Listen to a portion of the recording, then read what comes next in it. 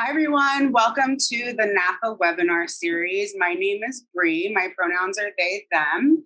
I'm happy to be with you today in this digital space. I'm coming to you from unceded Gabrielino Tongva land in Los Angeles. If you're with us live, we encourage you to introduce yourselves to each other in the chat and let us know where you are and whose land you're on. And if you don't know the first peoples of your location, you can Google whose land am I on, and you will find a few websites that should help you locate that information. So today's webinar is the intersections of fat identity and the gender spectrum. We've got myself, Andy, Kay, and Lenore here today, all to share our experiences with you all. I'd also like to introduce our interpreters from Pro Bono ASL. We've got Lex and Neil. Hello. Thanks so much for being with us. Thank you, Lex and Neil. To learn more about the important accessibility work that Pro Bono ASL does, please find them on your favorite social media or visit their website at probonoasl.com. For those of you who are new to NAAFA, we've been working hard to make the world a better place for fat people since 1969. We do that work through education, advocacy, and support. And you can learn more about what we do at our website, naafa.org. It's NAAFA.org, or by following us on social media at NAAFA Official.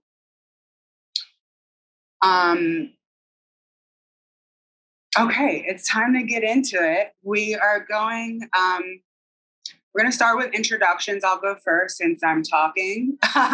And I also wanted to share a little bit about my inspiration for this panel. So again, my name is Bree. My pronouns are they, them. I'm on unceded Gabrielino Tongva land in Los Angeles. I am non-binary. I am gender fluid. Some other words that I use to describe or that could be used to describe me are, of course, unapologetically fat. I am queer, neurodivergent. I deal with chronic illness. I am white, Jewish, specifically hyphenated Jewish, witch, and a pet parent. For fun, I like to play drums and go thrifting and listen to records. And for work, I offer sliding scale services, including peer counseling, consultation, and Uno card tarot readings, which you can find on my website, breeishelpfulaf.com. And my inspiration for this panel was that I'm in a non-binary support group, which I absolutely love. I've gotten so much support and resources in it through coming into my own gender identity.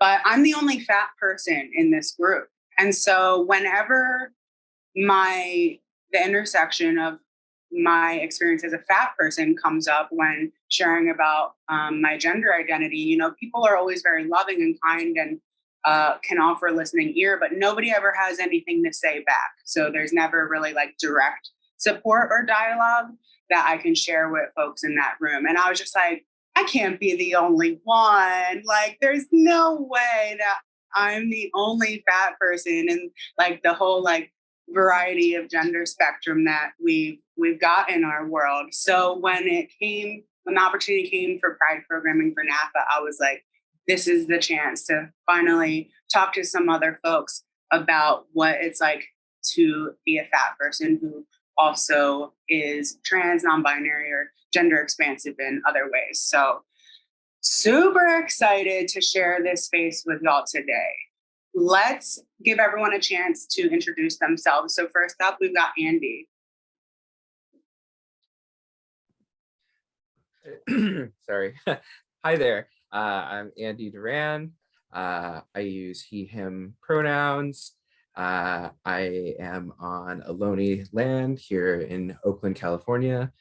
Yeah, I guess a little bit about me. I think the question was my favorite fat animal that I identified with, right? which if folks know me, they know is a bear. I strongly identify with bears, personally, emotionally, community-wise, queer community-wise, as a fat person. Specifically, growing up in California, the bear is our, kind of on our flag. It's everywhere. The Golden State, like, kind of bears. But additionally, I identify as a teddy bear because I'm just all about connecting, healing, and building comfort where I am in my community with people I care about. And so that's something that's actually really related to my size, which is lovely. So that's my fat animal. And yeah, that's it. Hello, everyone. My name is Kay. My pronouns are she, they. I am on Muskogee Creek land. I also live in Atlanta. Favorite fat animal? I don't know. I mean, I like polar bears. I love the interesting fact that their fur is like translucent, not really white. It just reflects off of the snow, which I think is so interesting. Fun fact. I don't know. I'm an artist. I do a variety of different types of mediums. So I do like digital art. I do I paint, I write, and I'm just an all around great person. And I love to laugh. Boom.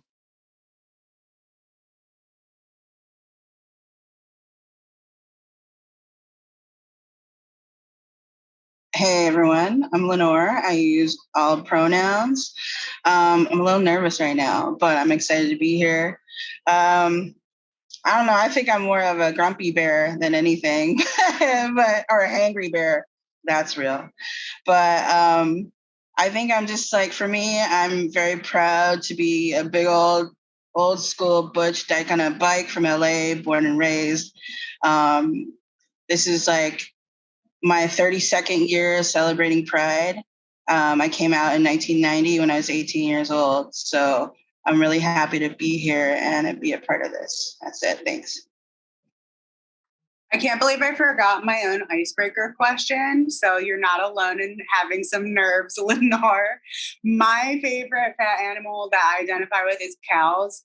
I am a Taurus, so I identify with cows in that way, and I am very much a Taurus.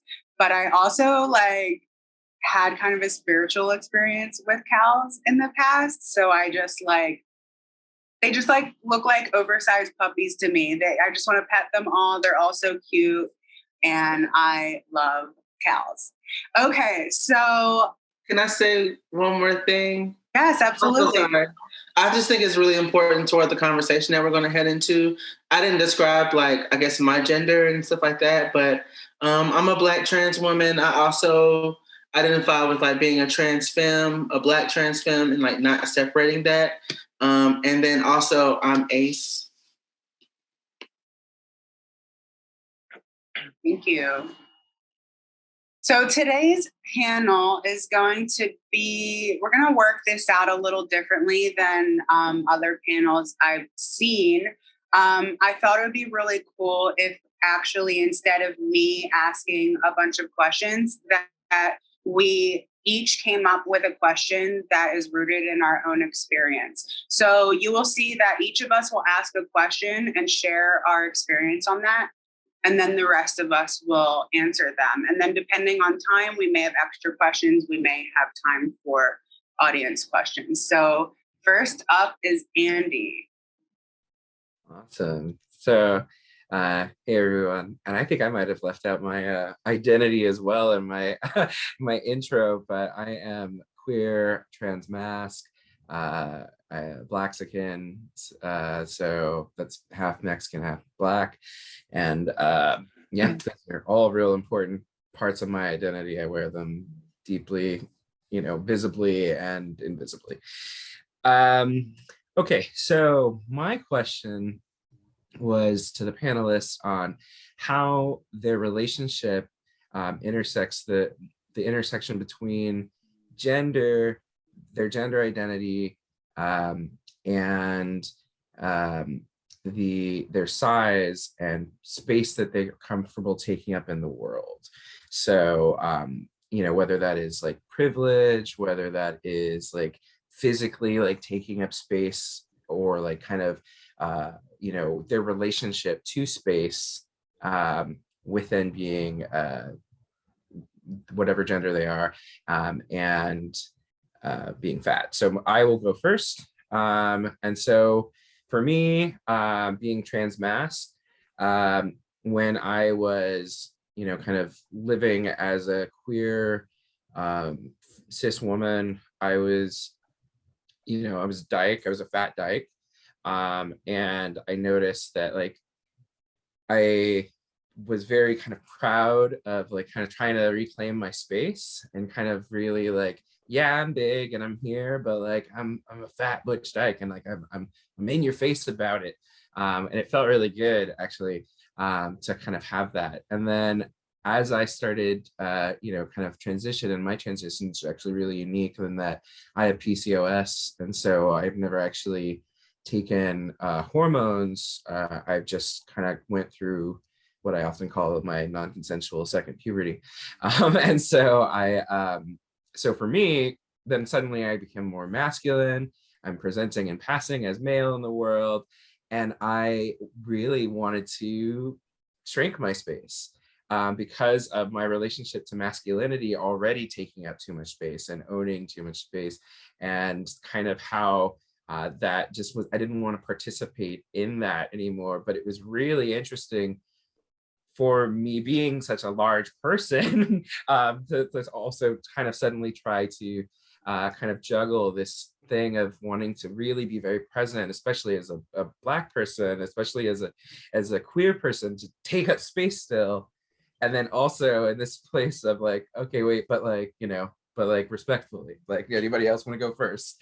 And so the only reason I'm going first here is because it's alphabetical, but typically I would be the last person to want to talk, because I'm just like, I'm a dude, go ahead, everyone else in front of me.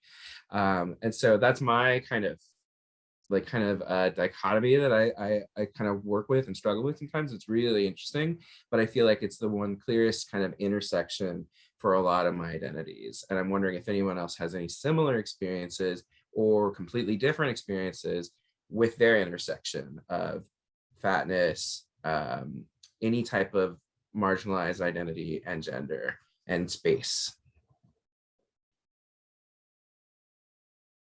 What's coming up for me on this is finding the line between not wanting to take up too much space as a white person, but also where to leverage my privilege. And also, especially considering it is mostly like BIPOC, queer and trans folks who have done so much of the legwork. That is something for us to be very proud of, but it cannot be all on the backs of multiply marginalized folks, right? So for me, it's really important to just maintain awareness of that balance, and to make sure that I am taking up space for myself and for my community, but not taking up too much space. I think for me, Kay here, pronouns she, they. I think for me, when I have conversations internally about my relationship to space, just thinking about like earlier in my, I don't know, I hate using the word transition, but earlier in my transition, just thinking about I wanted to take up less space because of the intersection of me being a darker skinned person and being fat. And we know that these identities are like masculinized, and I wanted to further remove myself from masculinity as far as I could and be more feminine. And I think like the societal like expectations of what it means to be like feminine is like small, take up less space, just submissive. I guess I hate those conversations, but I think just thinking about like my journey, I definitely came a long way. And I feel like now, as a dark-skinned person, I definitely try my best to take up as much space as I possibly can. Being fat, I take up as much space as I possibly can. Being femme and like, you know, a woman, I also want to acknowledge that too. And then also acknowledging that like my identity, yes, it aligns within the binary, I guess, from like some perceptions, but it's also like expansive. And that's just my personal experience. Not everyone who is like a trans woman says that like their identity is expansive, but I guess just talking about this conversation, I think, that was a lot. But but also thinking about just about the ways I have to, I guess, move through the world. And I'm getting tongue-tied, sorry. But also just how some folks like assume that I'm like cis in certain spaces, and that is a privilege.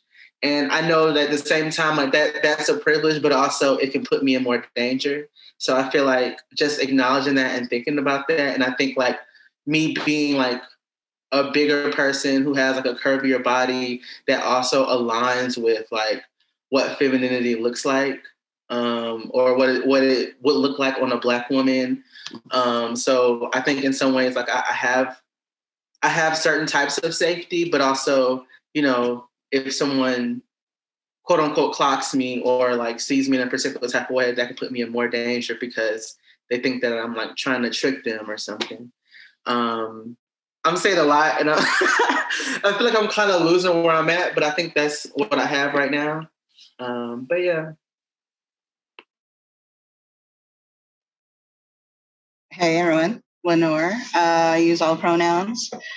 So I'm going to say this. So I'm an older generation. For me, I came out in 1990 and it was a whole different world. Safe space, I don't even know what that is. We didn't have that. It was like survival, you know? So it does warm my heart to hear the conversations that are happening right now, because that language wasn't even around when I came out. So, yeah, I don't know. It's like really, it makes me tender. It really does. I love that, you know, the younger generations of queers, and that gender and sexuality is so like fluid, and it's amazing. Like that's like the blood, sweat, and tears that we like, you know, protested in the streets so that younger generations can have these choices and feel safe. So I don't know. That's my take on that. Yeah, thanks.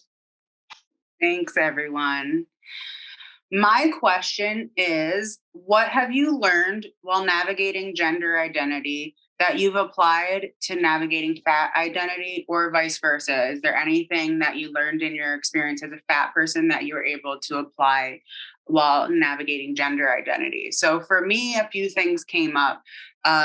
Something that I learned when coming into my own fat acceptance and fat liberation was language, and specifically reclaiming language, reclaiming the word fat specifically. And when I started coming into my non-binary identity, language was the first thing that I became really mindful of. That was actually really helpful for me to explore. And, you know, it wasn't just like one day I woke up and I knew. Like I had to play with language a little bit, and just like giving myself the space to own language, and to give myself the space to fluctuate within that language was really helpful. Another thing, unlearning like social and cultural conditioning goes both ways for me. So like in regards to fatness, it's been a lot, and it's been a lot about, and it's an ongoing unlearning of the conditioning that fat is bad or wrong. And the same thing happens to me when I'm thinking about the conditioning of the gender binary. Like I've come into my identity the last few years, but sometimes like I still find myself stuck in the binary, and I have to continually unlearn these social and cultural conditionings that just don't make sense to me and I don't identify with. One specific thing that I've been moving through lately is actually like the social and cultural conditioning around chest tissue, and even just learning the language of chest tissue so I don't have to call my chest breast or boobs has been monumental for me in my own gender identity and like combating gender dysphoria. And part of that has also been unlearning the conditioning that chest tissue is like inherently sexual or feminine or associated with like parenting and things like that that I don't identify with. So that has been a very recent thing that I've been moving through. And then another thing has been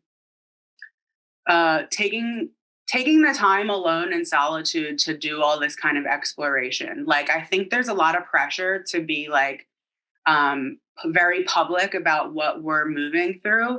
But like when I've moved through different types of clothing, for example, as a fat person that maybe I one time didn't feel comfortable with, I would just wear it in my house then. Like I decided I want to wear shorts. I never wore shorts in my life. I wanted to wear shorts. And so I just wore shorts in my house until I felt comfortable enough to go to my friend's house in shorts, until I felt comfortable enough to go to the grocery store in shorts, until I felt comfortable enough going to an event in shorts. And the same thing has, I've found, applied to exploring gender expression. Clothing is really helpful in gender expression as well.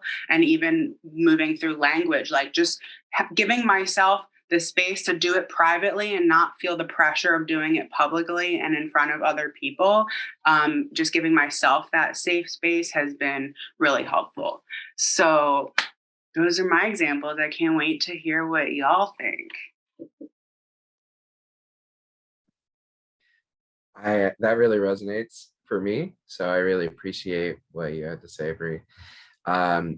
So for me, I think there's these two kind of parts. One is like my relationship to my body.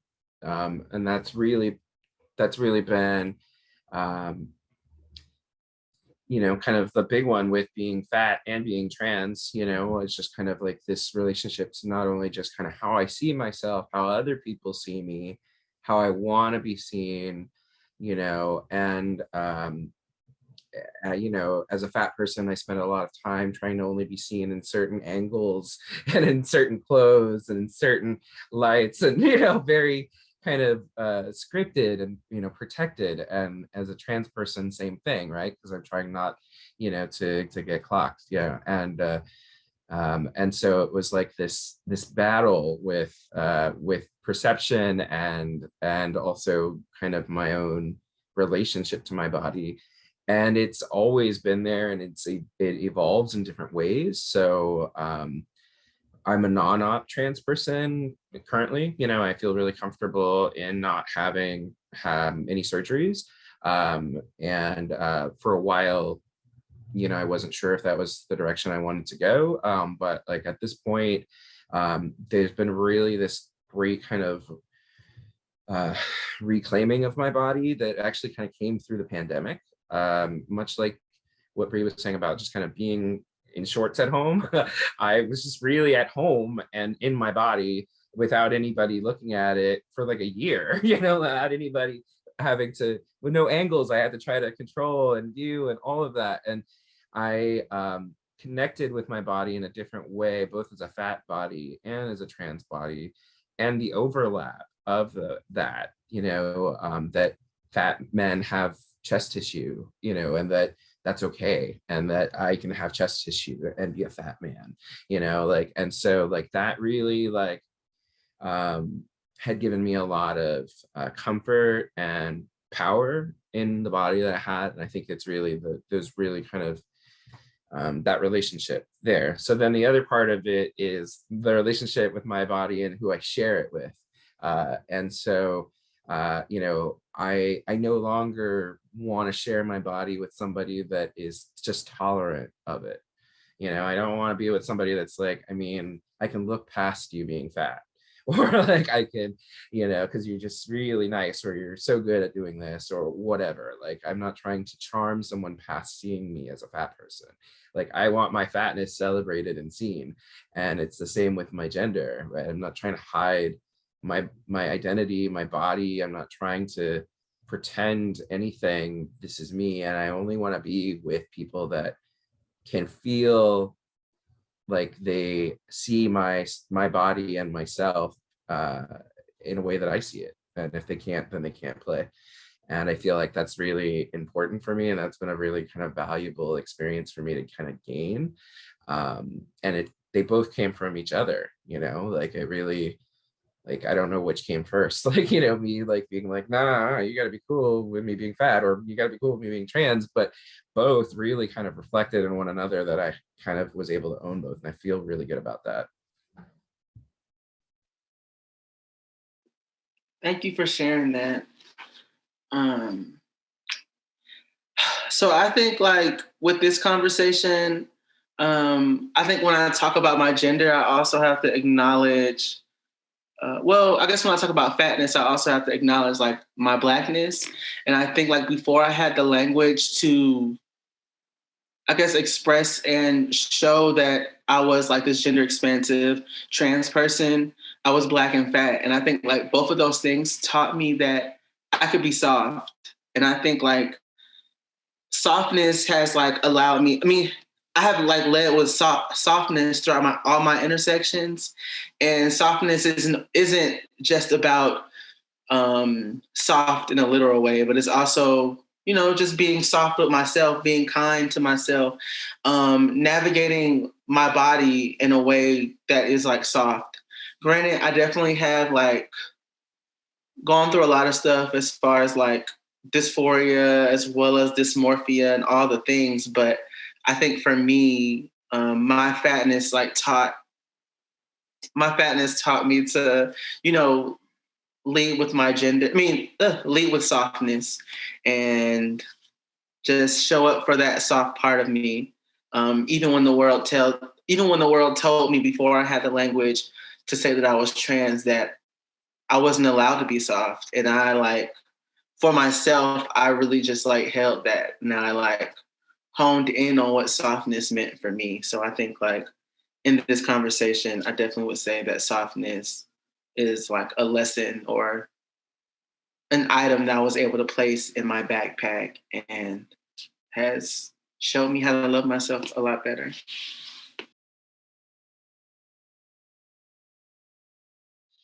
I'm learning so much. I'm telling you, this has been a really amazing for me to be here in this space. I don't even know. I'm a little overwhelmed, to be honest with you. I feel like for me, just the like gender and my fatness is something that I have been very secure and comfortable in my own skin for decades now. Like me now, me at 50, me at 5, same thing. There's nothing different, probably the same hat too.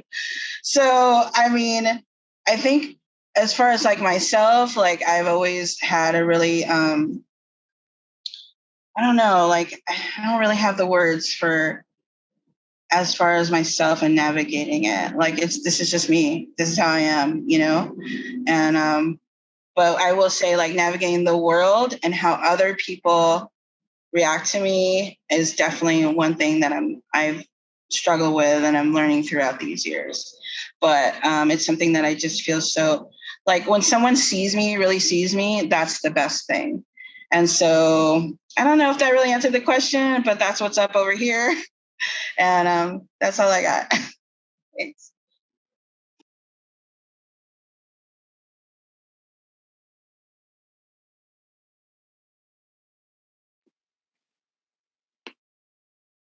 Yeah. Okay. Do I ask the question? I look kind of forgot. Sorry, y'all. Taking a moment to discuss desirability politics and anti-fatness, how would you say these systems have affected your experiences navigating queer and trans spaces as a fat, trans, and or gender expansive person?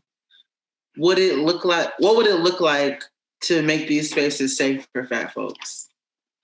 And I guess I'm gonna jump in and answer it first. I guess for me, I think I also want to bring in like sexuality for a moment and talk about like my experiences navigating the world as like ace / like gray sexual.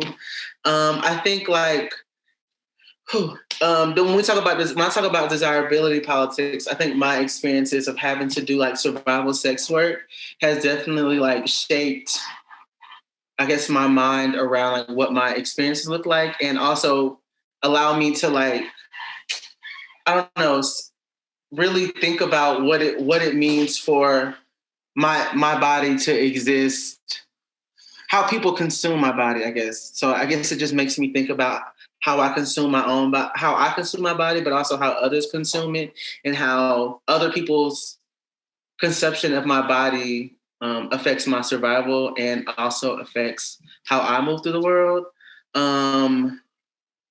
So yeah, I guess having a conversation about navigating like queer and trans spaces, I would say it's been an interesting journey. I think being a fat, dark-skinned person has definitely like, I don't know, just allowed me to think more critically about how much space I take up, because a lot of folks like I don't know, it would make me think about like what's in my head and what isn't. So I think like thinking about my intersections, I'm sorry, I got a little tongue tied, but just thinking about like what it meant for me to navigate those like spaces, I didn't always feel the safest, but I also had to like overcome and move through some of the internalized battles that I guess society has like put onto my body.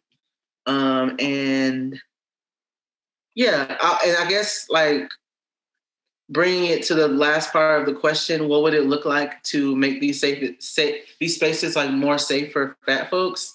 I would say just being able to like, I don't know, unpack fat phobia. I think a lot of folks in these spaces have to move through fat phobia in a real way. And also just like, I don't know, challenge themselves and question like, what is it?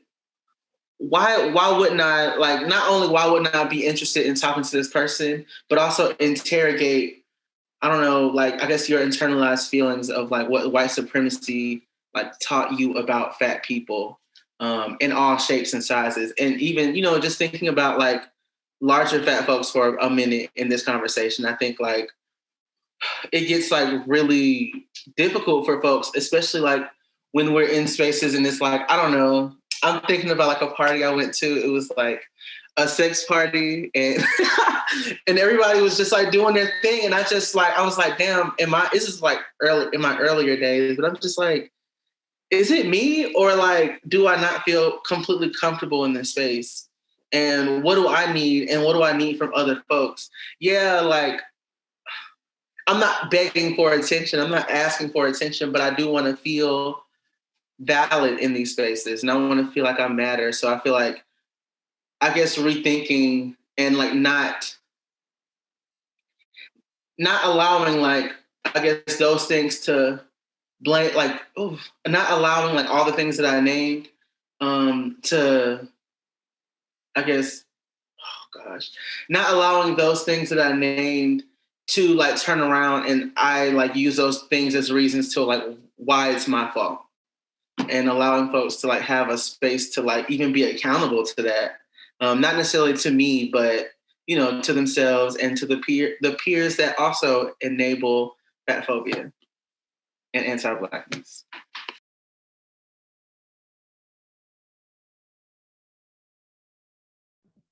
So it's me now, answering that. So this is a really good question. I think that for me, in my earlier kind of younger days, it played out with fetishization, with people fetishizing me for looking young, for being fat, you know, for being brown, for all of my identities, for being trans, like, and I, you know, really kind of like, I always felt the difference, but like, you know, I went from a place of not having really any kind of like desirability, like being seen as desirable, to suddenly being like swooped on by folks that had fetishes about me. And I felt that it, you know, for a while it was exciting attention, but it always felt like it wasn't authentic or based on me. And like if any of those things were different, then it wouldn't be there. Like if I suddenly lost weight, or if I, you know, whatever, the second I get old, or, you know, like any of these things. And so it yeah, I think I really kind of started to feel the difference between like actual desirability versus like fetishization, and which holds its own level of control and expectations with it. That's something that like I still navigate to this day, like with like, you know, how people engage, and I'm like, like, you know, that's chaser vibes or whatever, you know, like versus like, oh, like this feels like authentic and real. And how, and my relationship to that in all of my identities.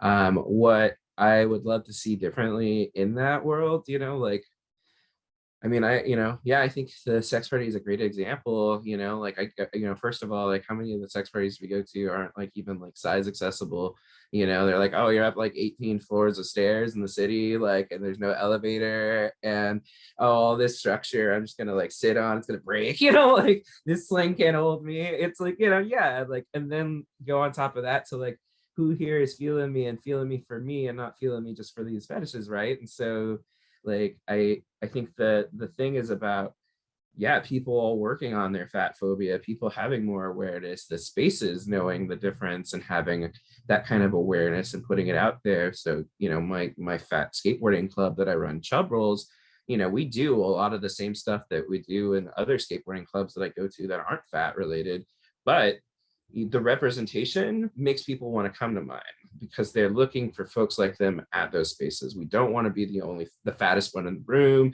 quote unquote, you know, like any of this shit where it's like, where we are the only, you know, person like us there. Like, I think that's the challenge, right? And so it's like, you know, that's what we want to see different too. You know, we want to see community in these spaces and feel like we're community and not like we checked off your box for, you know, for diversity. I want to, kind of just add one more thing to what you're saying. It made me think about also being trans, like being a trans woman. And I think like in a lot of the spaces that I am even in, it's a limited amount of trans women. Like it's literally like 2 or 3 girls in there. So it's like even not only being fat, but also being like this trans woman. So like talking about fetishization, right? And like wanting to have these experiences, or, you know, wondering, you know, what types of genitals do you have? And, you know, and then even thinking about people's traumas with like particular types of genitals. So like them not even wanting to navigate your body because like you're like, you know, pre-op or whatever. So. What's coming up for me is really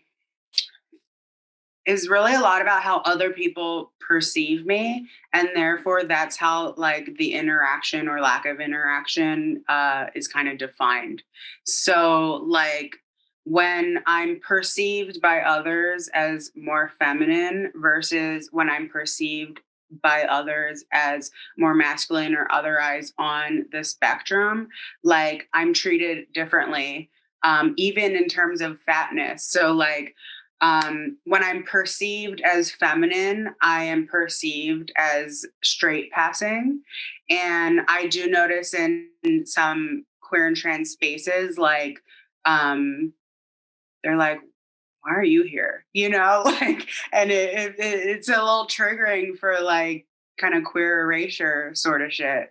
And then when I am like, quote unquote, more visibly queer, I don't get that kind of reception. But I notice in terms of like presenting unapologetically fat, that when I am perceived as feminine, I actually have experienced like a more positive response, like, ooh, fierce, she's fierce, like when they think I'm a woman. And when I am perceived otherwise, I actually feel more invisible. And that can be more triggering to me as a fat person, where like we're told that we're not sexual beings, we are not desirable and all that. And to kind of feel like I am reverting in some spaces where I'm completely invisible based on how I present. It's not even my body that's changing, it's my presentation that changes. Because for me as a gender fluid person, like, I don't look like this all the time, It's definitely been interesting. So one of the things I think that could help make queer and trans spaces safer is for us within our own community to unlearn and unpack the binary and what our expectations are around the binary. And that's not to say that the binary even necessarily needs to be eradicated, because I do understand that there are people who identify within the binary, even within queer and trans community, and that's okay, but not everybody does. And so I just wish even within our own community, we could unlearn that and not assume whether people belong based on how they look. But Andy touched on something so important about like structural fat phobia, which was something I wanted to name. That's like regardless of gender. So many spaces, like queer and trans and not queer and trans spaces. Like, you want to talk about seating, like, is the seating accessible for fat people? Are the stairwells wide enough? Are the bathroom stalls big enough?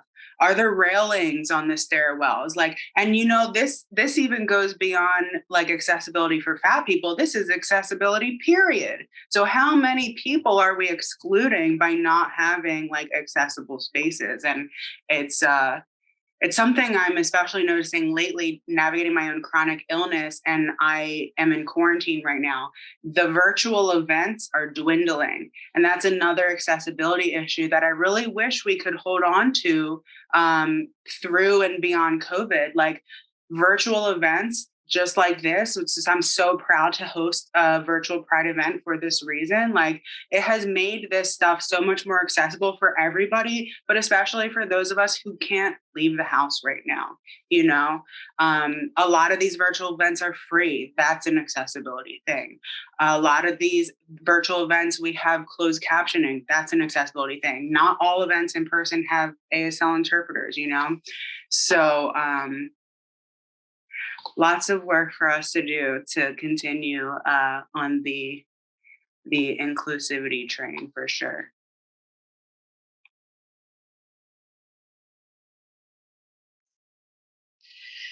Hey everyone. Wow, I'm like still blown away. You know what? I want to acknowledge that. I mean, even just this space for me to be in this space alone is actually pretty amazing. Like I said before, like my generation, we didn't even have safe space. It was just all about survival. So, I mean, just being able to be here, thanks Bree for inviting me. I'm still learning, and like, I would say definitely with the generation of my friends, we're still learning. And like, for me, I'm noticing that in order to create a safe space is just like talking about it, like learning the language, learning what things mean, how things have changed, like the changes that have happened in the time that I've been out for over 30 years. It's incredible. And so I think it's more about even just starting with just me and my friends. That's where the safe space begins for me. And yeah, that's just kind of like, thanks.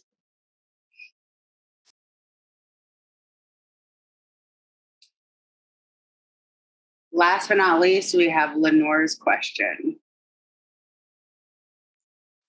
Okay, hold on. I didn't memorize it, so let me read it. Let's see. It says, how is navigating queer and trans community as a gender expansive fat person different than when you navigated cis het spaces? So, all right. So here's the thing. So as I mentioned, I use all pronouns. And for me, throughout the decades, a lot of that has to do with how I interact with different people in different communities.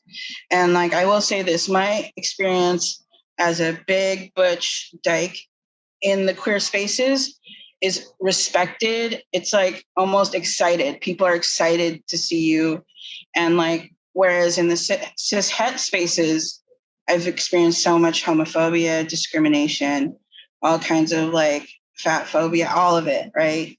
And it's just such this like two worlds that happens.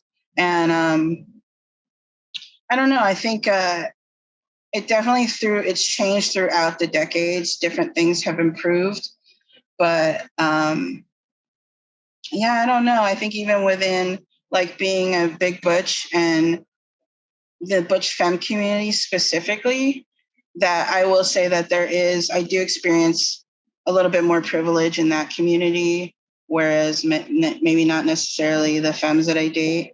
There definitely is sort of this, I don't know if it's a double standard, I would say, but yeah, I don't know. I kind of just wanted to talk about that. It's still hard for me to find all the words to describe. I mean, it's just like the community is ever changing, the world's ever changing. I mean, I'm grateful that I live in my LA bubble, where it's pretty safe. It's still not very safe when I go out in the rest of the world. So I have to still be very mindful of that. Yeah, so I'd like to hear what everyone else's experience has been like. Thanks. So I think it's a good question. I think that one of the things that's really different for me in the queer and trans spaces that I thrive in, I'm not talking about the fat phobic ones or the racist ones or any of the other, because they're there, but like talking about the ones that I a part of that I thrive in. Oops, sorry. I'm blowing up. Okay. Is that for me, in those spaces, we are celebrating each other.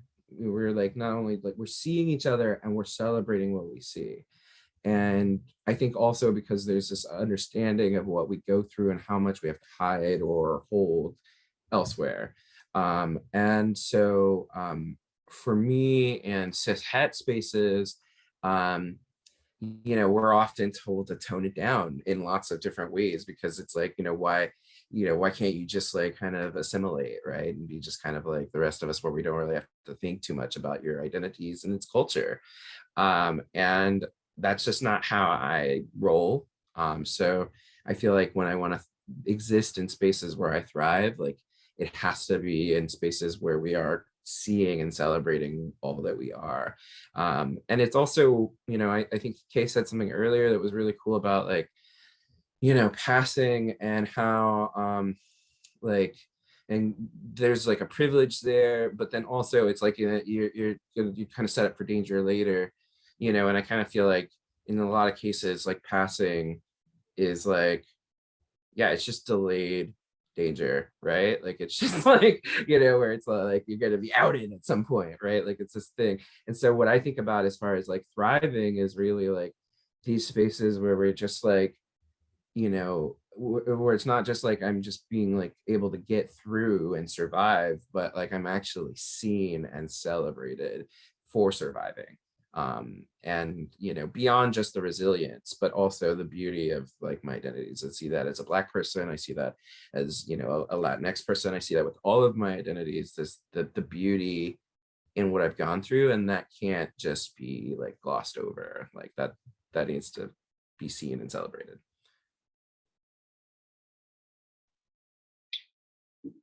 So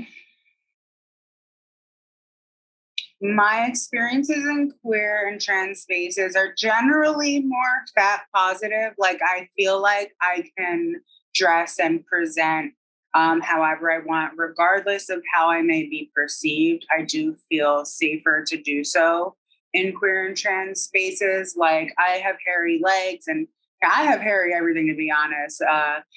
And when I'm in queer and trans spaces, I don't bat an eye at like it doesn't even cross my mind whether I need to cover up. And when I'm in cis het spaces, it's usually the stress that I feel leading into that circumstance or that event about whether or not I'm going to wear pants, even if it's 100 degrees out, because I'm nervous about being stared at or asked about why I don't shave or whatever like that. And it stresses me out. It's almost like taking me back to places I don't want to be. But I also feel safer to not wear a bra in queer and trans spaces. I feel kind of I guess, lucky to have a smaller chest, but I do still have chest tissue. And I do feel like it's people in cis het spaces notice more than in queer and trans spaces. And the bra thing, that's not only like a gender thing for me, it's actually like an accessibility thing, because I have a chronic injury in my rib right where fucking bras go.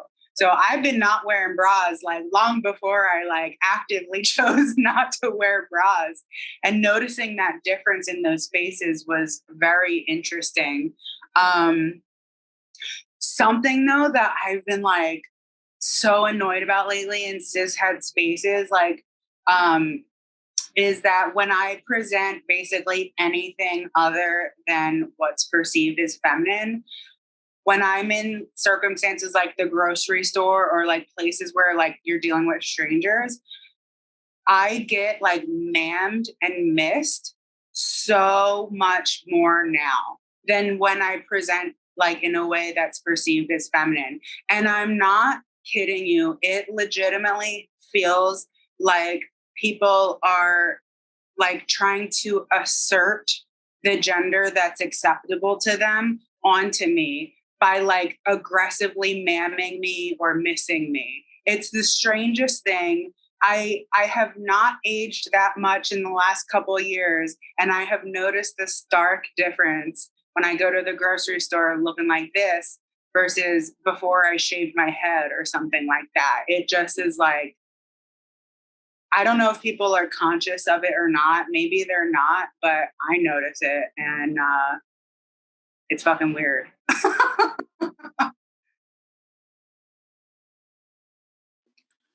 So you were talking about, well, Bree was speaking about clothes, and I really want to use this moment to also talk about clothes and presentation. So last night I went to a queer dance party, it was amazing. Shout out to SFQP.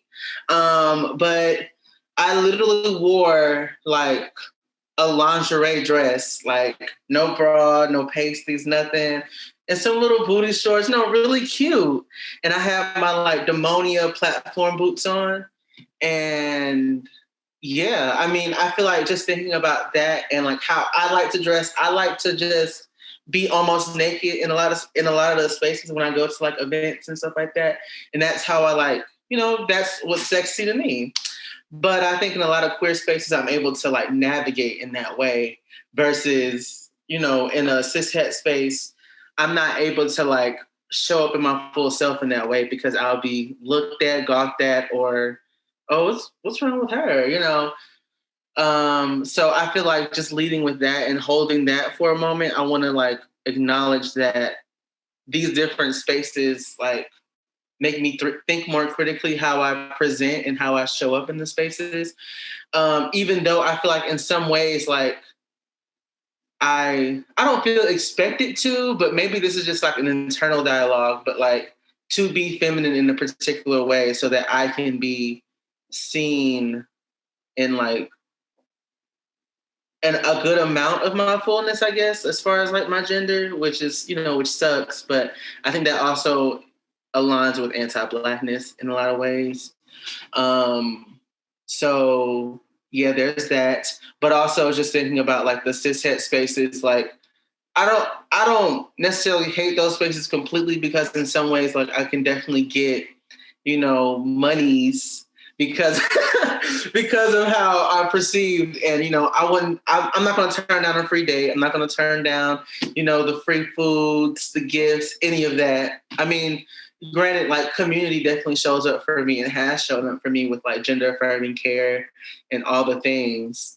But I think just thinking about like what both of these spaces look like and also acknowledging like sexuality and how people sexualize your body.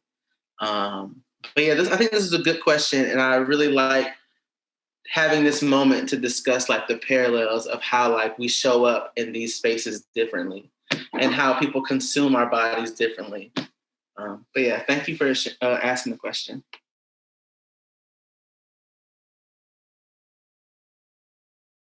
All right, y'all. So that hour flew by. I think it was the best hour of my month. So I'm just really grateful we all got to have these conversations together and with all those who joined us today. So I just want to give everyone the space, our panelists, to give any final thoughts and let folks know where to find you online. And if you are not an online person and you maybe want to share a resource or something, you could do that as well. All right, I'll start. So I am Andy Duran. You can find me on Instagram if I do sex education work. So that's under Educator Andy. And then I also run a fat skateboarding and roller skating club called Chub Rolls with a Z. And that is my passion project. And so feel free to follow either of those. I just really want to say thank you for having me. There's some really amazing stuff shared here today. Definitely going to be following y'all and keeping in touch. So thank you. Thank you. You can follow me in the work that I do. I mentioned earlier, I do peer counseling, consultation, and Uno card tarot readings. So my Instagram is Bree is helpful. I cannot type and text or talk at the same time. Bree is helpful AF on Instagram. I also have a YouTube with a ton of free videos that run the gambit between mental health, spirituality, and fat liberation. It's also Bree is helpful AF, and my website is also breeishelpfulaf.com. So you can find all my sliding scale services and free resources on there. And my final thoughts are just, I said earlier that this was inspired by like a lack in my life of what I was experiencing in another space. And I don't know what my expectations were, but they definitely far exceeded it. I feel so seen. I feel so grateful to hear other people talking about this stuff. I feel a lot less alone. And I'm just in a lot of gratitude. So thank y'all. Thank you. As I said before, my name is Kay. My pronouns are she, they. Oh, that rhymes. Cute. My Instagram is Good God. It's typed. Boom. Love that. I do digital art. So if you're looking for any like art-based commissions, if you're looking for graphics, any of the things that are art related, I can definitely show up and do that. I also want to plug in, I would just say follow me on Instagram, but also I want to plug in like where I work. I'm a lead organizer at, Spark Reproductive Justice Now. And we do all types of cool and dope things. So go there, do all the things, and show up for Black trans women. Also, want to add, I definitely share stuff on my story periodically about how you can support Black, queer, and gender expansive folks. So if you see that on my story, definitely plug in or share and support. Thanks for having me. All right. All right. Hey, everyone, Lenore. I use all pronouns. So I don't do social media. I wish they would bring pagers back. You could find me on my bike at Dykes on Bikes in the parade. Come say hi. If you see me around LA on my bike, just come up to me. It's like, you just got to find me on the streets. That's it.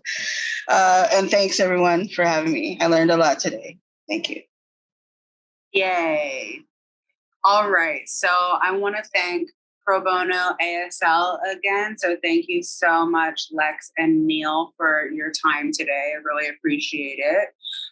You can find NAAFA online at naafa.org. That's NAAFA.org. You could also find NAAFA on Instagram at NAAFA Official. And you can find NAAFA on YouTube, where this video will live at a later date. I think you just look up NAAFA.